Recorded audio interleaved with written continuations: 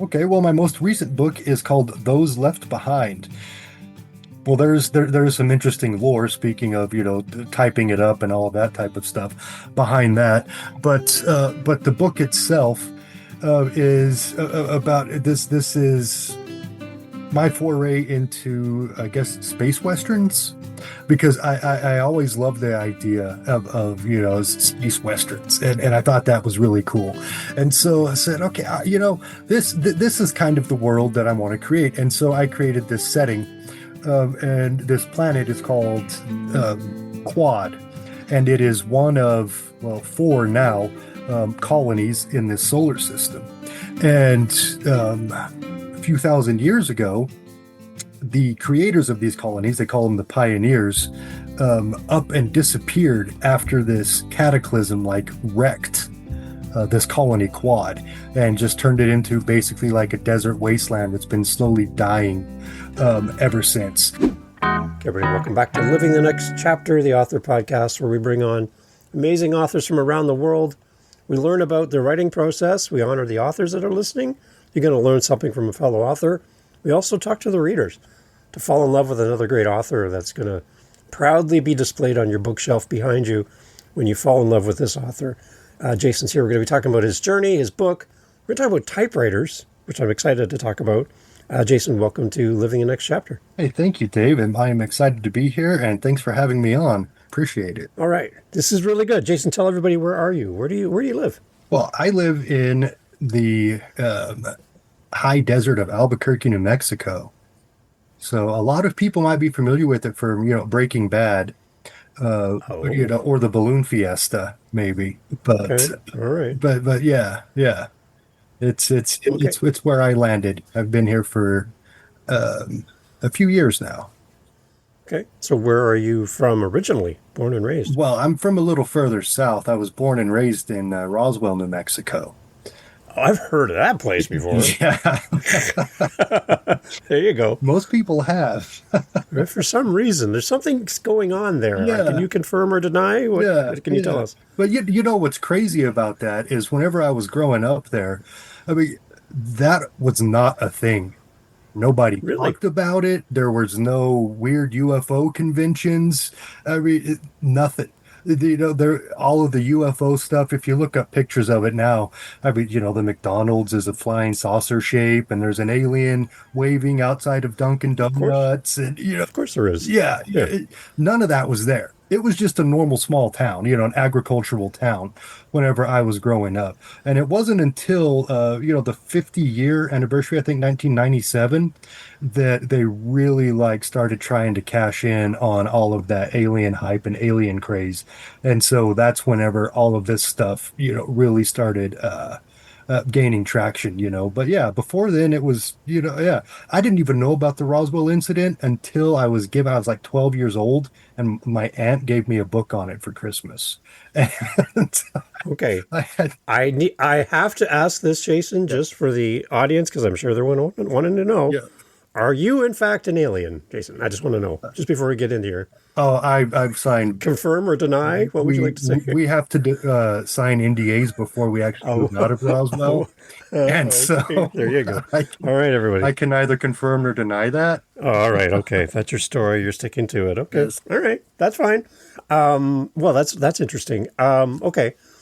Yeah, that took a turn. I'm not really sure how I feel about this whole alien world thing. I think it's a little bit egotistical of us to think that we're the only thing in the world when you see how vast everything is, but I don't know how I feel about other people looking at us going, those earthlings look really weird, right? With their funny fingers and toes and stuff. Yeah.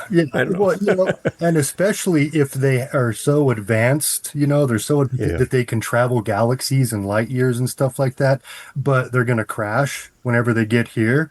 Like, they're terrible drivers, apparently, is what they are. Apparently, yeah. They're just terrible at driving.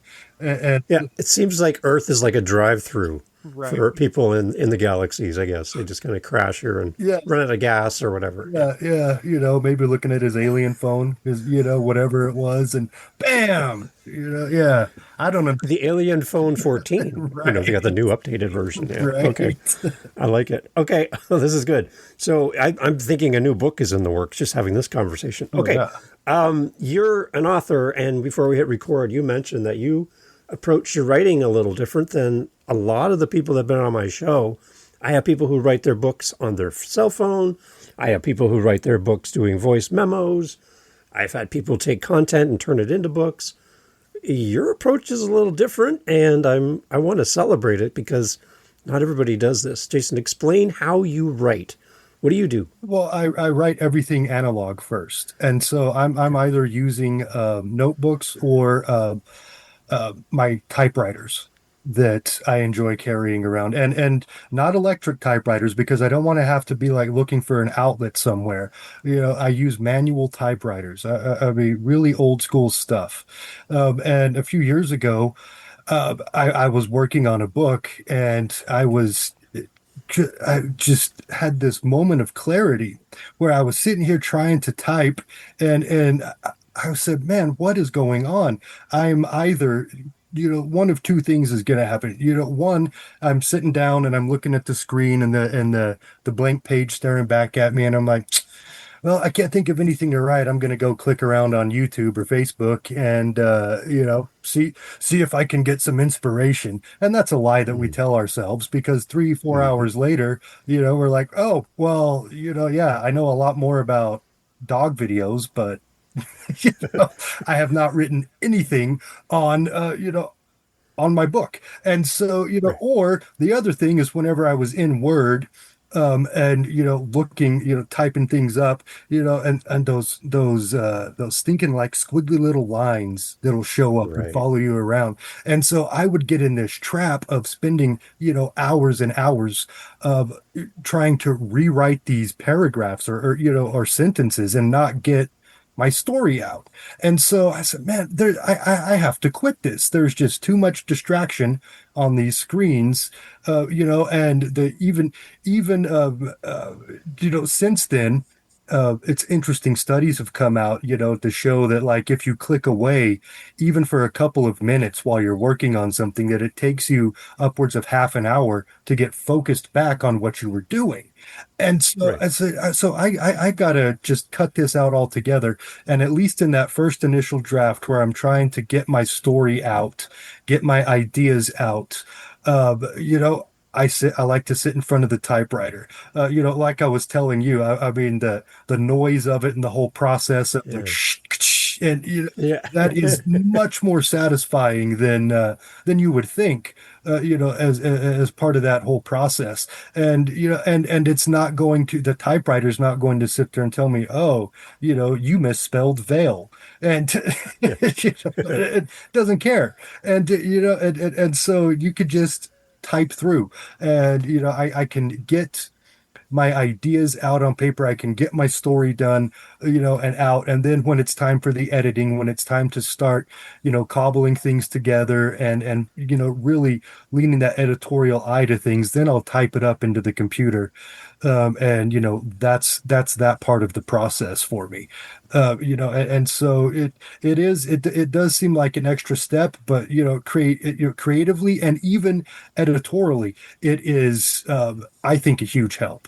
And there's a huge benefit from that.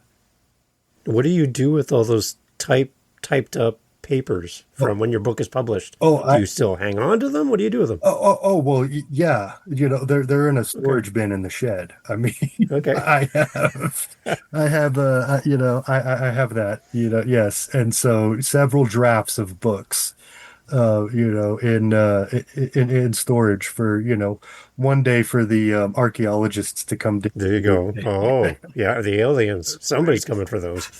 So you don't rewrite, you retype. Yeah, yeah, Yeah, okay. yeah, That's interesting. yeah.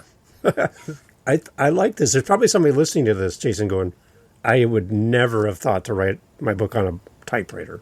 But I do. I think there's like a dexterity thing. There's like a touching sounds, everything going on that you don't get with a laptop. Oh yeah, So, yeah. right. It is. It's a whole experience, and I'm like, wow, I can see why people loved this, and Okay. yeah, yeah, I like the lack of distraction too. I think a lot of people do get caught up in a cat video on TikTok while they're trying to write their book, and right, then it's like 3 hours later, you're like, "What have I done?" right, Yeah, right. yeah, So I like that it's a single focus for you, and you can just do that, and it's smart, and it travels too. You don't need any electricity. That's great. right, absolutely. I You're do, removing all of the excuses that people have for not to write their book, right, right? yeah, yeah. I do have to carry around a stack of blank paper though, so Yeah. there is that in my backpack, but Okay. it's worth it. I like it. Where do you like to write when you have time to write? Do you write at home? Do you go somewhere else to write? Yeah, it depends. I do like Yeah. to write at home, and most of the typing and stuff like that, um, I'll do at home, and my back little office here where Yeah. I can do it by myself because I don't want to be at the coffee shop or the cafe, with the clack clack clack clack clack clack clack, and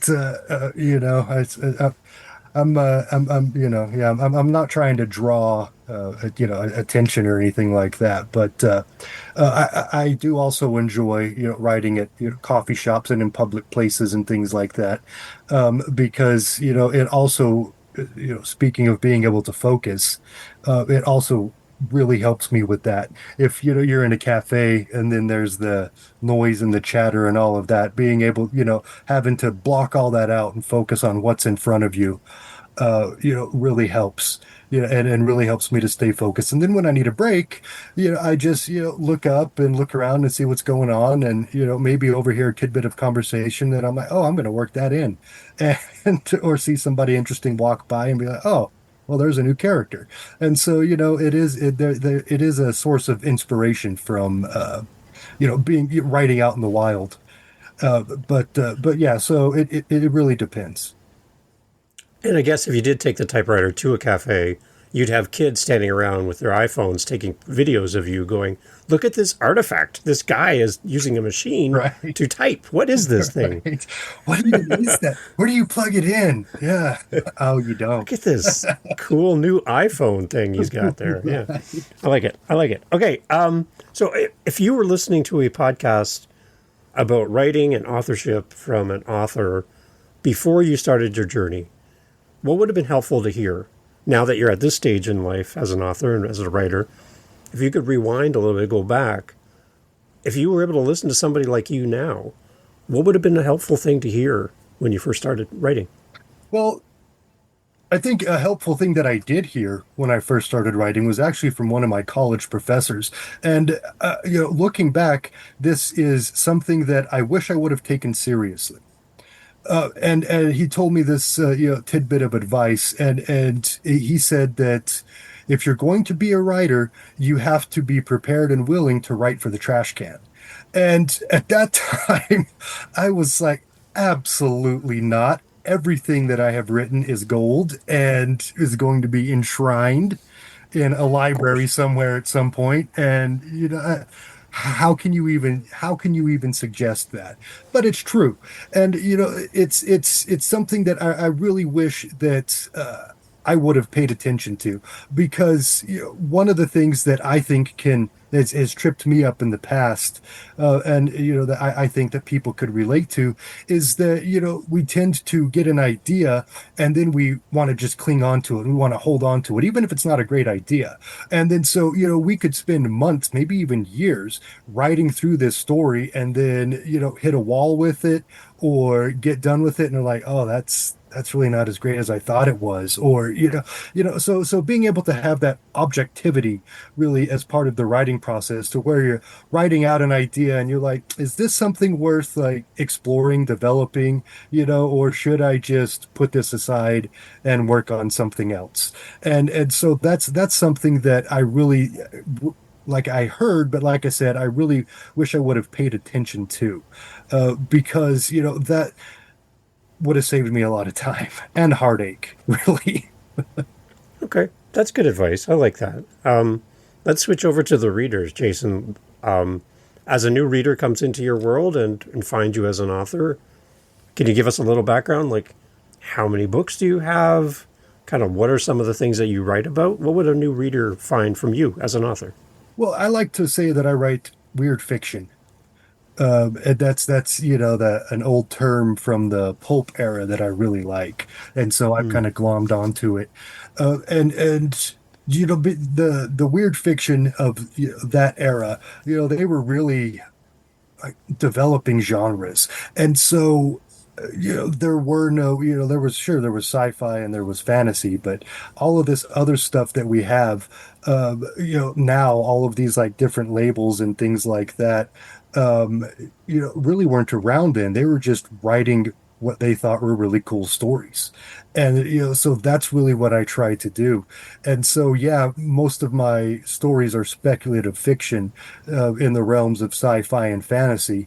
But I okay. really like to, play around in those realms. And I really don't want to nail myself down to, oh, I only write cyberpunk Right. or high fantasy or whatever else it is. I really like exploring and creating new worlds and characters and ideas, and then putting my own little unique twist on things, and really trying to create these compelling and exciting worlds and characters. And that's kind of like where I like to start. And so like I said, I like to say that I write weird fiction. Okay.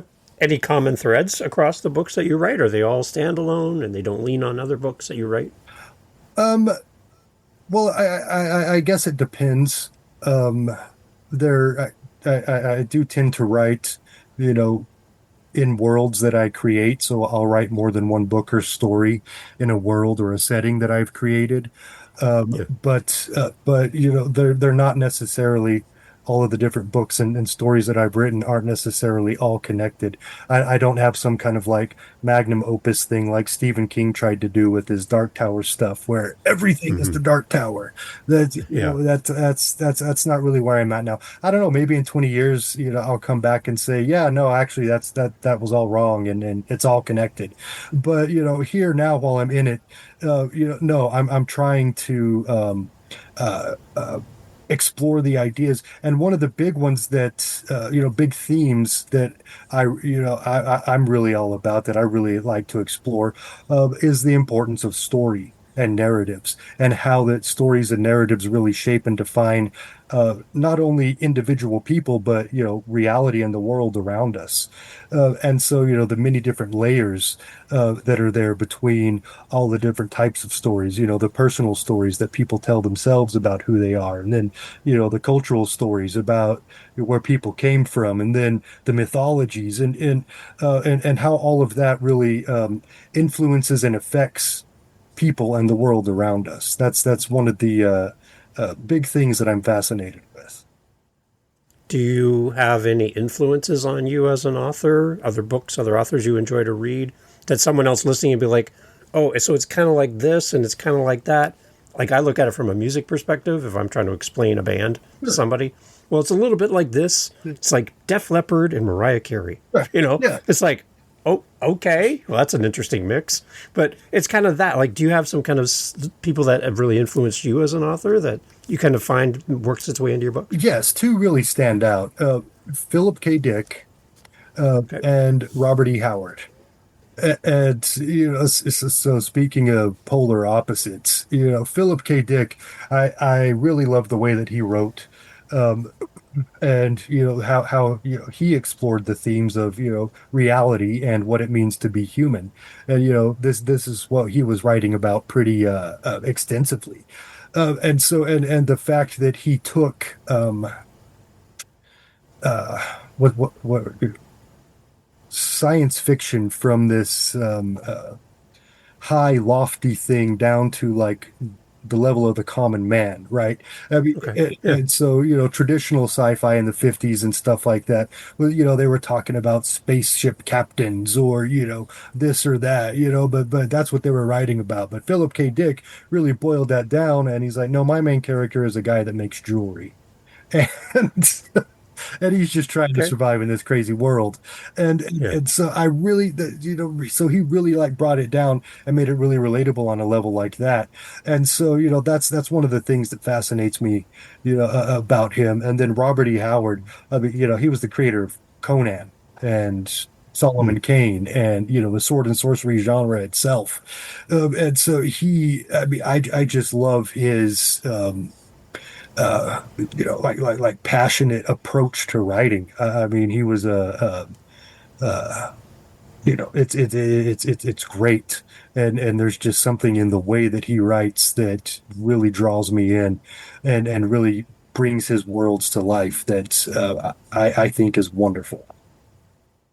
When you're writing, Jason, how present is your audience for you as you're writing? Are you writing like a solitary, just you and the typewriter, and then the audience comes later, or are you thinking of the audience while you're writing each chapter?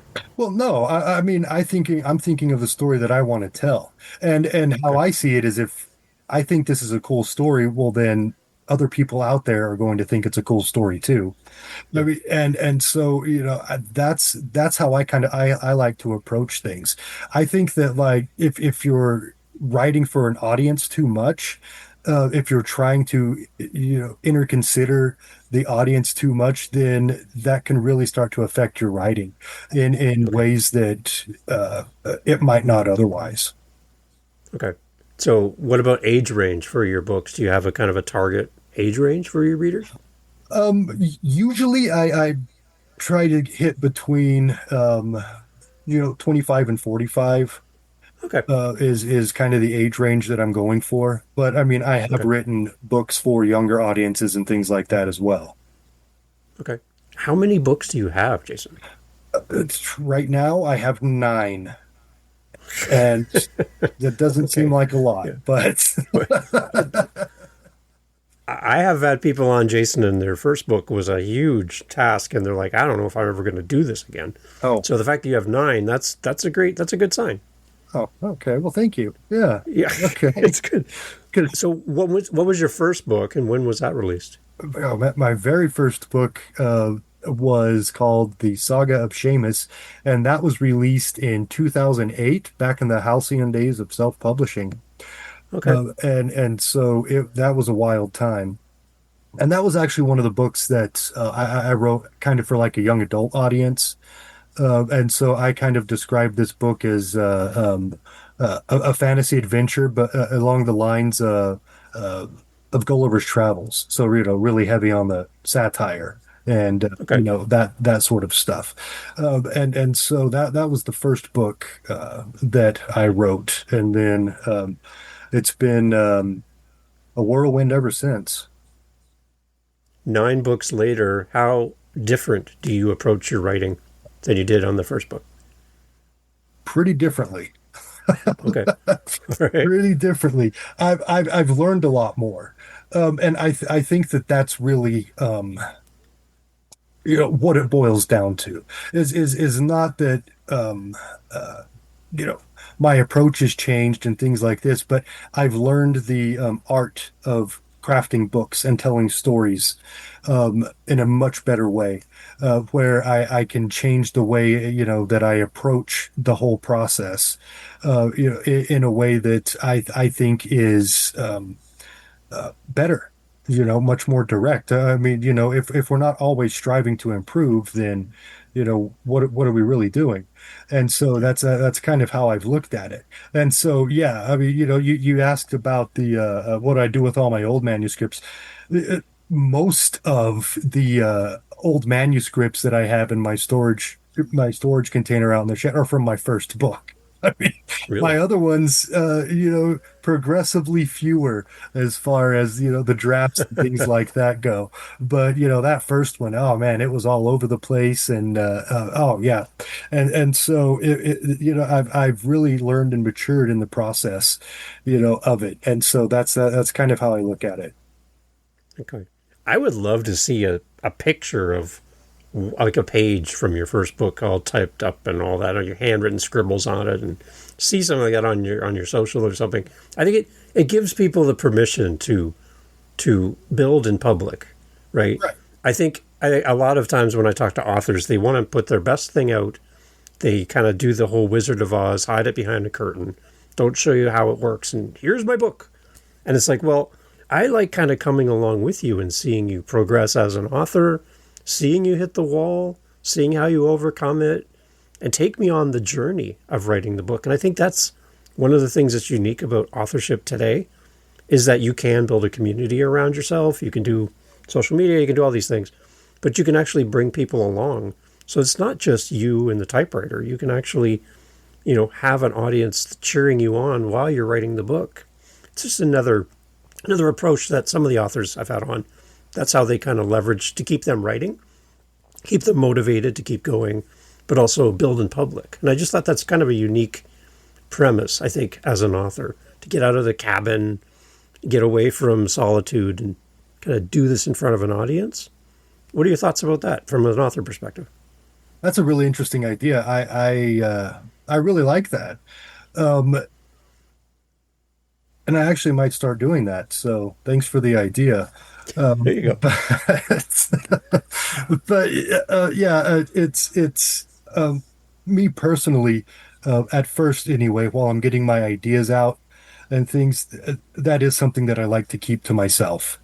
Yeah. And so because it's just my little creation is just an embryo at that point. Right. And Yeah. so that is something that I do like to protect and insulate and things while I'm working on that initial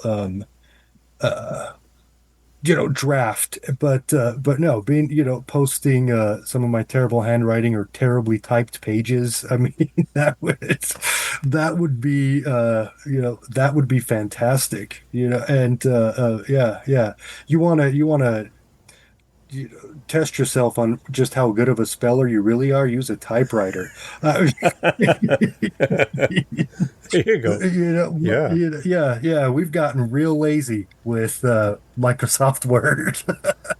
There's no Control Alt Delete on a typewriter. Right, No, it doesn't come with that. right, Okay. Well, and then you can't lose your work either. You crash your computer. You can't crash a typewriter, really. So, right. yeah, I like it. It's good. It's a good perspective. Let's go to your most recent book then, Jason, for a listener, as a reader. What is your most recent book? Kind of give us an overview, because I want to get people in the door. I want them to come buy your books. But tell us your most recent book and kind of give us a big picture. What's it all about? Okay, well, my most recent book is called Those Left Behind. And there's actual there's some interesting lore, speaking of, typing it up and all of that type of stuff behind that. But the book itself is about this. This is my foray into, I guess, space westerns, because I always loved the idea of space westerns, and I thought that was really cool. And so I said, okay, this is kind of the world that I want to create. And so I created this setting, and this planet is called Quad, and it is one of, well, four now, colonies in this solar system. And a few thousand years ago, the creators of these colonies, they call them the pioneers, up and disappeared after this cataclysm, like wrecked this colony Quad, and just turned it into basically like a desert wasteland that's been slowly dying ever since. And so, the survivors, the colonists, have spent 2,000 years surviving on this planet, and trying to figure out what's going on and what they're going to do. And so they've been on their own for so long that the idea of their pioneers has kind of passed into myth, and nobody believes they really existed anymore. And so where Those Left Behind starts is weird things start to happen again. And the stars aren't right, and the animals in the desert are acting weird, and things are starting to be strange, and and so the characters are going out and trying to figure out what is going on with with all of this weirdness, while at the same time trying to help these competing interests establish, kind of a foothold, because, there's all these different groups that are trying to figure out what the best way to keep Quad alive is and to preserve this colony is. And so you have all these different groups with these competing ideas about what the best way to go about that is. And so the main characters are kind of stuck in the middle of the competing interests of these groups, at the same time, that all of the weirdness and things like that are going on around them. And so it's one of the to date, my biggest project as far as like story that I have tried to undertake. And so it did take me a little bit longer than the other books to get this one done, just because the scope that I had was so massive that I had to boil it down and ultimately decide I'm going to turn it into a series instead. And so this will be really the first series that I have done. Most of my other books are standalone. Being a quad, is there going to be 4 books in the series then? That's my goal. Oh, there you go. Add quad there. When you said space western, all I could think of is Steve Miller. I'm a space cowboy, right? I'm like, in my head, that song has been playing on loop since you mentioned space western. What I like about the idea of space western, it's futuristic and it's past at the same time. Like I'm thinking cowboys and horses, and well, that doesn't really exist in space, but I'm getting this feeling like they didn't have all the tools back in the West, back in the old days, but they have amazing tools in the future in space. Like there's there's like a dichotomy here going on, a fight between old and new as well. When I have the word space in my mind, I think of old Westerns when I hear those two words together. Right. Well, and that's kind of where the people of Quad are right now, because like I said, the pioneers left 2,000 years ago and they took all of their best technology with them. And so there's definitely been a loss of knowledge, over this time that has kind of de-evolved them back into a more primitive state, and so, yeah, while they do have things like, spaceships and stuff like that, they can't leave the solar system, and all of their robots are basically just mechanical automatons that, perform simple tasks, and things like this. And so, that's kind of where they're stuck. And so, yeah, I agree. The dichotomy of that, the space, the future, and the past is fascinating, and it was a really fun setting to create this story in. Okay, what are you excited about for readers to find when they get a copy of this book? I'm excited for readers to find the connection to the world and the characters, of course, but the exploration of the themes that I was talking about earlier. I'm excited for readers to find that out and to find out just exactly what I'm talking about when I'm talking about exploring these ideas, and how I like to go about doing it through the stories that I tell. Is there a 2025 comparable context to what you write, where things that are happening today kind of shape it, and then you're changing the story to fit more of your story narrative? No, but kind of like things happening in the world today that kind of replicate what you're talking about?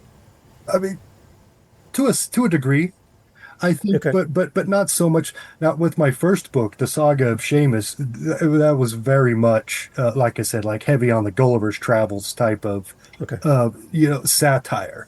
But I've kind of moved away from that and have really tried to start exploring like I said, the deeper themes and the broader themes, though there are a couple of things that people will be able to pick up on, that yeah, okay, this is what's going on in the world today, and see the parallels there. But I'm not trying to be very overt with all of that, if that makes sense. Okay. Yeah. Because we talked about the authors that influence you as a writer. I would think your location, being where you are, has an influence on you, even if it's something you don't think about at the front of your mind, just where you live and what you see day to day, somehow probably creeps its way into your writing. If I wrote here in Canada, my perspective and what I know about geography and landscape where I live, seasons, all of that is in my brain, and it might show up in my writing just because I live here. So where you live, I can see some of that kind of making its way into your book, just organically showing up on the page as you type, right? Oh yeah, definitely. And that's kind of goes back to that you write what you know type of thing. Yeah. And yeah, I mean this is this is New Mexico. There's a lot of enchantment and magic here. There's all sorts of beauty and things to go and explore, and so that definitely works its way into my writing, and the settings and stuff that I create, yeah, it is something that I kind of intentionally set like that. Some of my earlier books, like the Ruined Man books that I wrote, I actually set them, I set them in Albuquerque. And so, he's this paranormal detective running around Albuquerque, fighting demons and, solving mysteries and things like that. And then, the cyberpunk book that I wrote, Eve, yeah, I kicked it up the I-25 a little bit to Denver, but it, much the same, yeah, Yeah. and much the same. I was like, yeah, I've been to Denver quite a few times, so yeah, I think I can write about this. And so, Yeah. yeah, it is important, I think, to try to experience uh, the different types of settings and things that you're going to write in. That way, you have an impression of it, and Right. you get that impression of things from actually being there or doing them. Right? I mean, I can write about the ocean because I've been there and I've seen it, and I have this impression that it left on me. But to write about it intimately, I don't know that I could do that. Right. Because I didn't grow up near it or on it or around it. I Yeah. see the ocean and I just reminded of how small that we all really are, and that it's this big thing that really doesn't care about me. And man, I'm going back to my mountains. And so yeah, that's Yeah. so yeah, to write like the old man in the sea or something like that, I don't have the tools in my artist tool belt, I don't think, to do that unless I, moved somewhere for 6 months or a year and actually got a better impression of things. When I was doing my research on you, Jason, getting ready for today, one thing I saw pop up was that you have been termed or given this title of the Imagination Wizard. And I'm like, that's an interesting title. I haven't had seen that before for somebody else. Why that title? Why would somebody classify you as an imagination wizard? Because for a while I was talking about how writing and creating was a magical process, Yeah. and the you have to look at it as like magic, because you're actually creating something that out of nothing, something that was not here before. You are pulling something out of the void, out of the ether, and putting it in the world. And by doing that, you are affecting your immediate world and the world around you as well. I mean, so it very much is a a magical process in my mind, right? And kind of what it's about. And so yeah, so to be talking about that, and this, so you sound like an imagination wizard. Yeah, okay. That's what yes, that's what I am. I'm an imagination wizard. And Okay. and so, that's where that comes from. So now when you go typing on your typewriter at the local coffee shop, you need like a little wizard hat and a little wand, right? And just be like pointing it at people and be like, what is going on here? Who is this guy with a typewriter? What's he doing? I'm creating art. It's part of my process. Leave me alone. Stand too close to me. You're going to end up in my book, right? Yeah, Right. I like this. It's good. Okay, so when you're planning out a series, you're saying this is something new for you as a writer. How do you approach a series? Do you kind of think about it in chunks? Are you writing it as a combined thing at one time? I'm just trying to figure out how do you do a 4-book series like that? That seems overwhelming for a non-author like me. It is. It's overwhelming for an author like me. I didn't want to do this as far as because everybody's writing a series. Everybody got a series of Yeah. books, and Yeah. so I said, okay, I really wanted to focus on novels that you didn't necessarily have to commit to buying six of or whatever. Yeah. You could just be like, oh, this is cool. I want to read this, and oh, that was a cool read. I wonder if there's other ones. And so that's really the approach that I wanted to take. But this story, like I said, is so massive in my head that I already have it all outlined and mapped out. Good. But trying to distill all of those big ideas and Yeah. everything that was going on down into one book, it was not possible. And so so then I really had to sit down and be like, okay, so I have to break this down into parts then. And this whole story, even though I know what's going to happen from the beginning to the end, I need to be able to tell the story, as part of that process. And so that's kind of how I'm doing it, is just I'm treating it as really one really long book instead of, a standalone book. It's Okay. so I'm telling different parts of the same story Okay. throughout the next books. And so that's how I've had to approach it, because like I said, it was too much for me, and I didn't want to cut it out, or think, oh, I just won't, I won't worry about that part, or all of this. I said, no, it's all really cool. I really like this story, and so I have to do this in order to work it all in. Okay. Where do you want to send people, Jason? I know you got to get back to typing. You got stuff to do. Where do you want to send people that are listening to the show and they want to follow your journey? They want to go back and get all 9 books and stay with you into the future. Where do you want to send people? And I got a question I wanted to ask you as we wrap up. But where's the most likely place where you're going to show up and be able to talk to the listeners? Okay, yeah, great. I am on Facebook. I have an author page that's Good. at Jason DeGray. I also have a reader group there, the Weird Worlds reading group.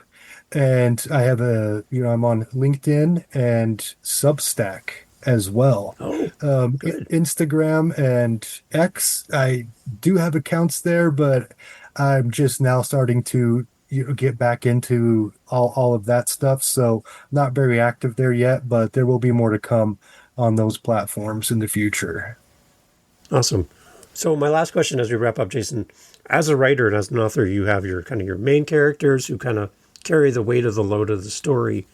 As you write, have you had secondary kind of background characters kind of step forward to you and want to be more in the story, and they've kind of raised their hand saying, I want to be more than just a background character?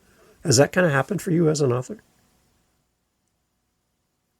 No, It hasn't happened. Interesting. no, no. The characters drive the story, right? And Okay. so in my mind, in my writing and process, that's what's at the forefront of my mind. Secondary characters are there to help the characters themselves, the main characters themselves, drive the story, and so they each have a role to play. I don't necessarily think they're any less important than the main characters. In some instances, they are just as important or more important, right? Because how could this character get there without this happening here first, and Right. that sort of thing. So that is. That's how I look at it, but I have a definite idea of the story that I want to tell and the characters that I want to use to tell that story. And so if while I'm in the brainstorming process, I'll do that with character creation and things like that, and how that's how that works. Pick and choose how I want to create this character, and pick aspects and things like that to put them together. But once that is set, those are my people, and those are the people that I'm telling the story through. Excellent. Because when I see like a TV or a movie, or even in books, there'll be spin-offs where it's like the main story is about these characters and their story, and there's this adjacent character that just kind of seems to be like the annoying little brother who just keeps showing up and be like, okay, we're going to pay attention to you in a minute, right? But then they end up becoming their own character and becoming their own story.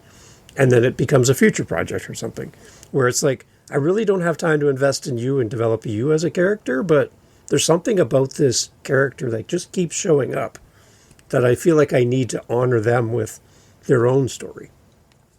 Oh yeah, okay, I know, I get that, and so is with those left behind in this series that I'm working on. I mean, that's definitely going to happen with secondary characters and stuff in the first book. They're going to gain more importance and things like that in later books. But again, that was always my plan. Okay, good. See, that's as a reader, we don't understand how any of this works. We just love a great story. We love a great author. And we love falling in love with an author with more than one book for us to consume. So having you on here, Jason, is great. I'm sure our listeners are going to love falling in love with all of your books as well. Well, thank you, Dave. I had a great time. Excellent. You got to keep me in mind. You got to come back as new books come up and new projects we can talk about in the future. Love to have you back and continue the conversation, Jason. Oh, thank you. I would be happy to do that. Excellent. Everyone, all the information for Jason, all of his books, everything you need in the show notes as always. And as we do here on the show, I'm reminding all the readers, as you go out and buy Jason's books, not if, but when you buy Jason's books, you leave a great review. Jason's going to love to hear your thoughts, hear your comments, your feedback around the story, the book, everything. That's really going to help him as an author to be encouraged to keep writing and also to share your thoughts with him directly through your reviews. So please, every book you buy from these amazing authors, leave a great review. I'm sure they really appreciate it. Jason, again, thank you so much for making time for me. Hey, thank you, Dave. I really enjoy it. Hey, thanks for listening to the podcast. Glad to have you here. I just want to let you know that you can always find out what we're doing live in the moment by going to our YouTube channel.